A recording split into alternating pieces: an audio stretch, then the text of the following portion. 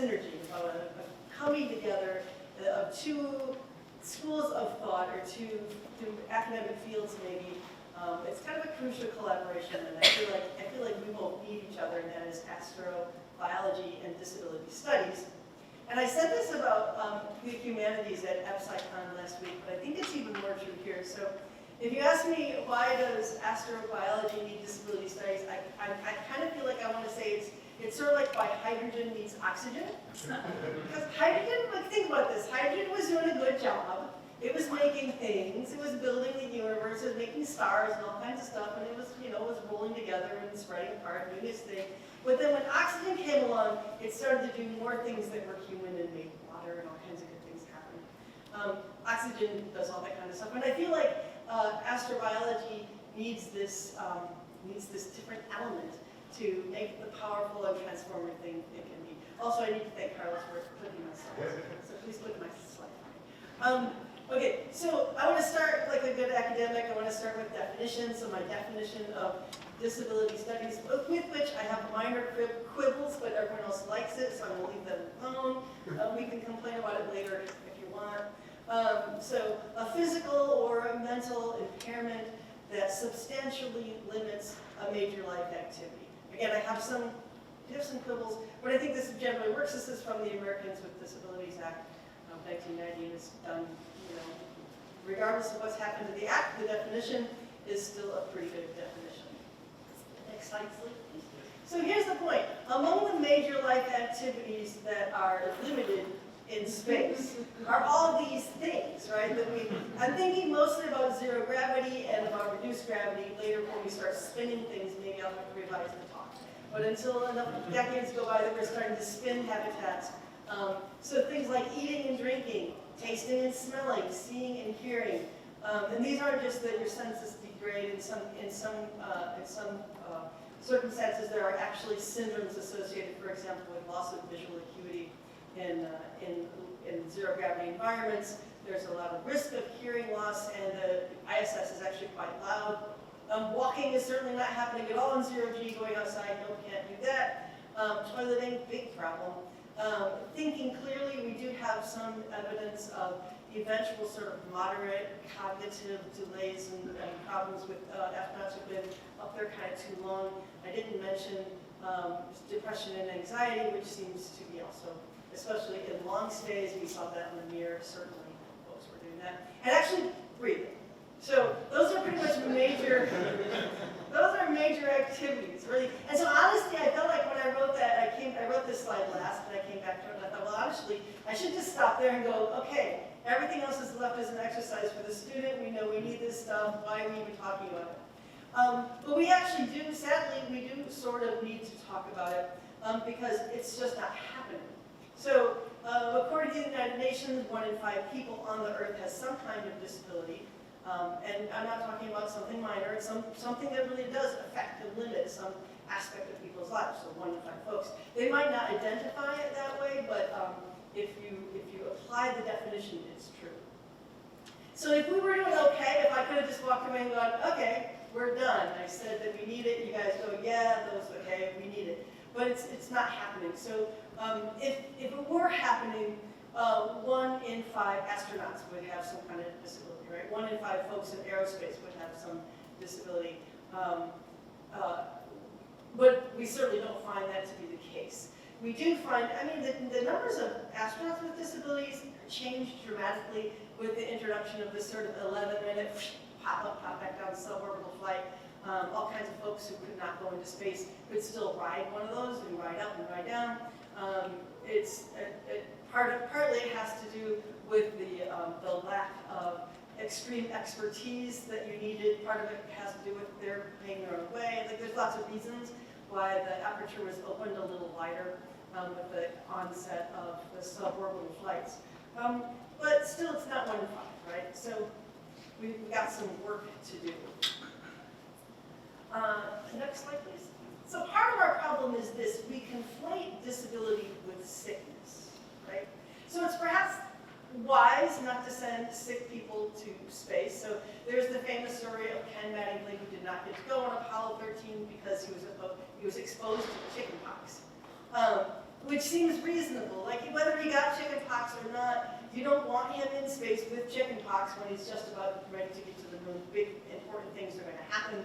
He's going to have to be responsible. We don't want other people to get sick. There were lots of good reasons. I know it was a heartbreaking choice for everyone involved, but it made sense, and no one said, no, it's fine, let the chickenpox guy go to the moon, right? Nobody said that, and that's reasonable. So we just recently also had Mike Fink, the astronaut who came back from the space station. They actually evacuated him in January of this year. He had some undisclosed medical problem, and they brought his whole team back. Like, okay, and we weren't told, for his protection and his privacy, we weren't told what that problem was, which is fine.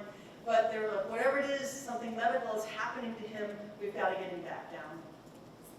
In 2008, I think this is a little bit of a crazy story, but it's true. Richard Garriott was one of the first civilians to go to space, and he went up and went to the International Space Station as he just paid his way and went up because he's a rich guy, and he hadn't had that particular adventure yet.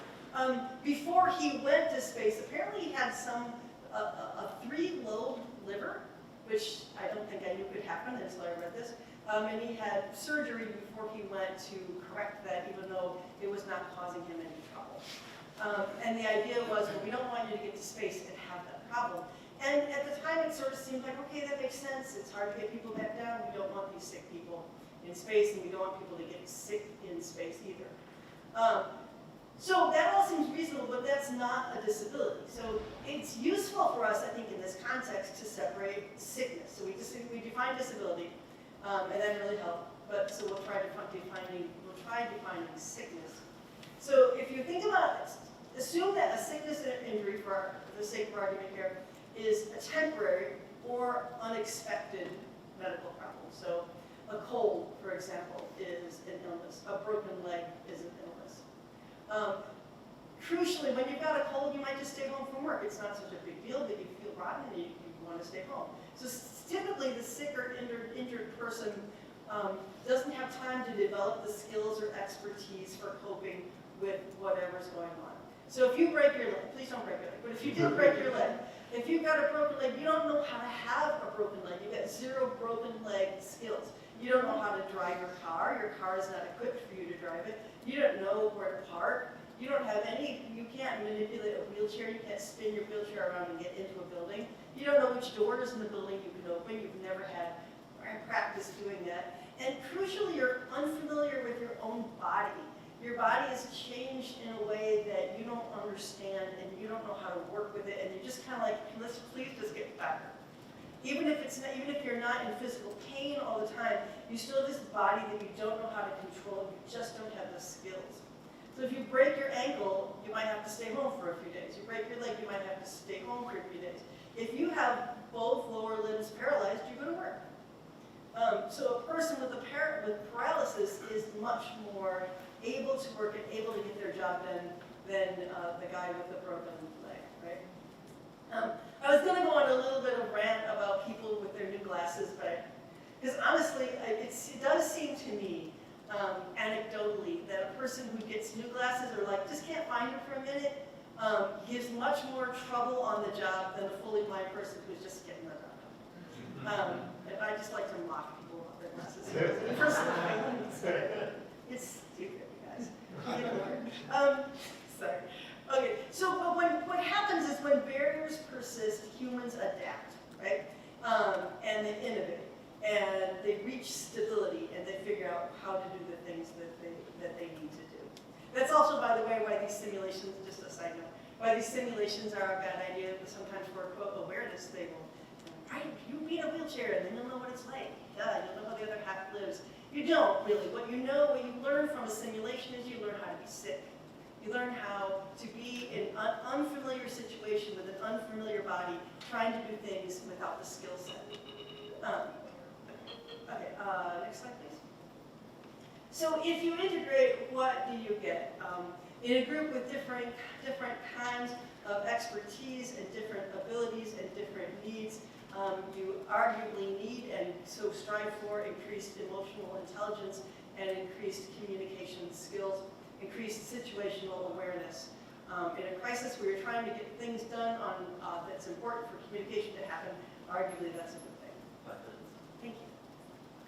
Next slide, please. We talked about how space is disabling.